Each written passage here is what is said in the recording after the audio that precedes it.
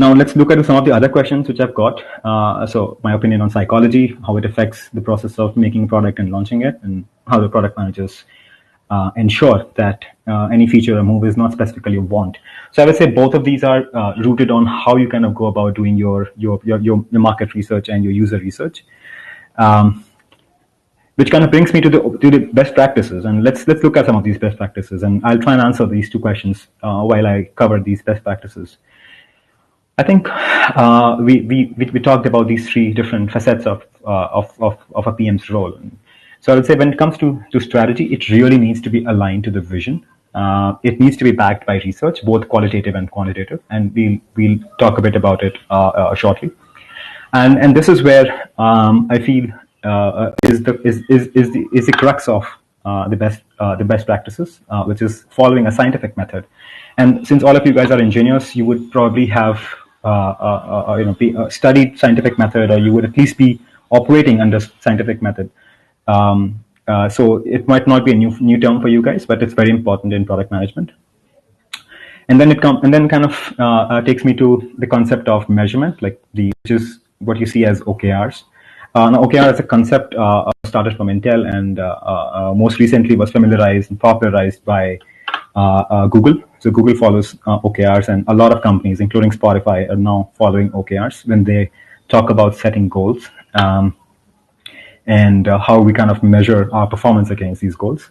It's essentially a balanced scorecard method, and we can talk about it, but maybe not today's session, because it would be fairly advanced and fairly detailed. So I'll leave it at that.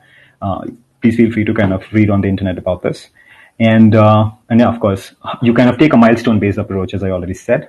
When it comes to execution, you really want to execute based on these milestones. You really want to just test, measure, repeat, which is the essence of scientific method. So we will cover the scientific method very shortly. And then it's also about timely recalibration. You might have heard about this term called pivot. A lot of people talk about, hey, I pivoted my startup, or I pivoted my strategy. So essentially, it's all about recalibrating your approach. You pivot only if required, and you also abandon if necessary. You say, hey, this is not working out. This probably this product is too early for this particular audience, or this market, or the ecosystem is not there. So in which case you obviously can abandon your product ideas. But yeah, that's definitely not the plan A. And yeah, of course, when you're executing, you really need to have a sense of these different plan A, B, C, so on up to whatever makes you comfortable. But the goal is achieving a product market fit when you're executing on your ideas, on your strategy. So what is this product market fit? Let's take like some 10-20 seconds to understand this. So you have a product that you have built. Now this product could be MVP, which is like a very bare or basic product that you've built. You have an idea of how you can make it beautiful and advanced and so on and so forth. But you have some sort of a product, and then you have an idea of a market that you want to take this product into. So the essential goal of anything that you do in your strategy or execution is to really find this product market fit. So think about Uber. Now Uber has a product, and it entered a market of people who are pretty much like the people who are living in cities, and their essential value proposition was that you don't need to wait for a city cab, or you don't need to hail a taxi. You can book it from the comfort of your home or your office. So how they kind of found a product market fit was kind of really first launching this during a conference in San Francisco, where they gave people some free rides or something. I'm not sure exactly whether it was free or not, but that's how they kind of started. And then they kind of increasingly kind of made changes to their product, and then basically scale this product. So this is, I would say, very important, and you would have heard about this a lot. And of course, when it comes to communication and collaboration, you need to basically start with communicating the vision, provide appropriate context, make it structured and timely, and of course, try to simplify as much as you can. Now, in fact, before we go to the scientific method, let's also talk a bit about the user research, because I've seen a question around that. I would feel that the research or user research is basically a subset of the total or the broad term research. So You could do a research by calling people in your office or in your, you could do a focus group discussions. You can do in-depth interviews, and you can have prototyping sessions where you create prototypes and you show to users and see how they interact. Or you could have quantitative research as well, where you try and study a market and you basically try and understand what is the size of this particular market and whether there is enough traction that you can get. So how we as product managers try to differentiate between a feature that a user might say, hey, I think this is something which will be useful. So if you basically give a user 10 options or 10 feature options rather, chances are that you would like at least 8 of them or maybe all 10 of them. So it's about that classic Henry Ford statement that if you ask people what they want, they would say that we want faster cars. They would never say that we want cars. So the skill of a product manager is to read between the lines and not go word by word of what a user is saying. It's really important to understand the user, and understanding means that you have to read between the lines. You really can't understand what a user is saying by kind of listening to their words. You have to look at their emotions. You have to look at their gestures. And so this qualitative research is very important. Of course, you can't do it at a mass scale. You could probably do this when you have maybe a few hundred users or maybe a few thousand users. So quantitative research also is very important. And then, of course, as we talked about building the MVP and testing and iterating, that entire cycle is also very, very important. Now, moving on, I think this is, again, a very important concept. And as engineers, all of us would be familiar with it.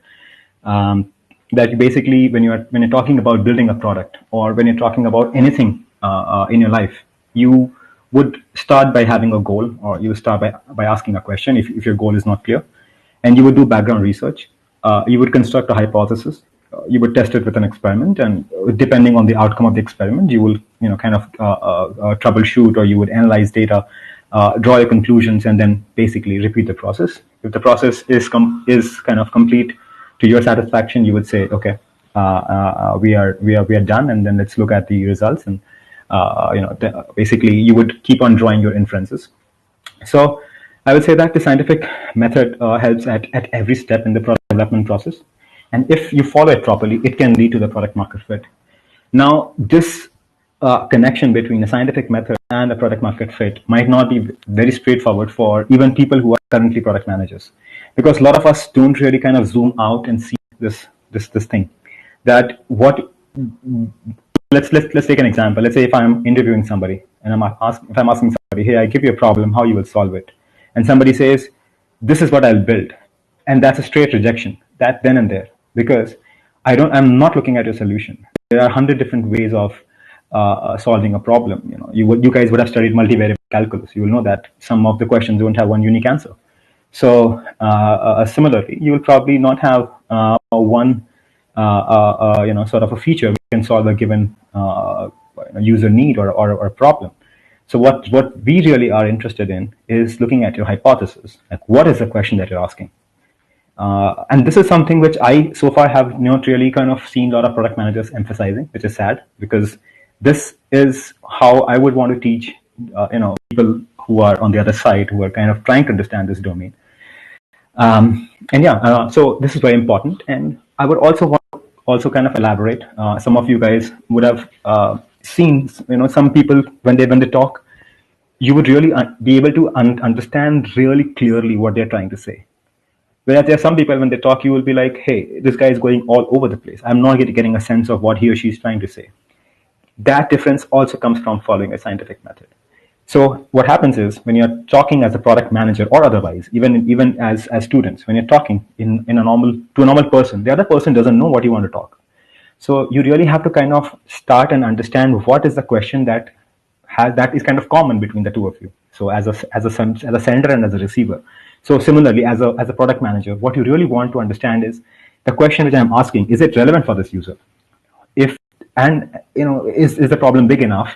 What is the hypothesis which I have? And some of you might have heard about this term called mutually exclusive and collectively exhaustive, a classic framework used in companies like McKinsey, those consulting companies.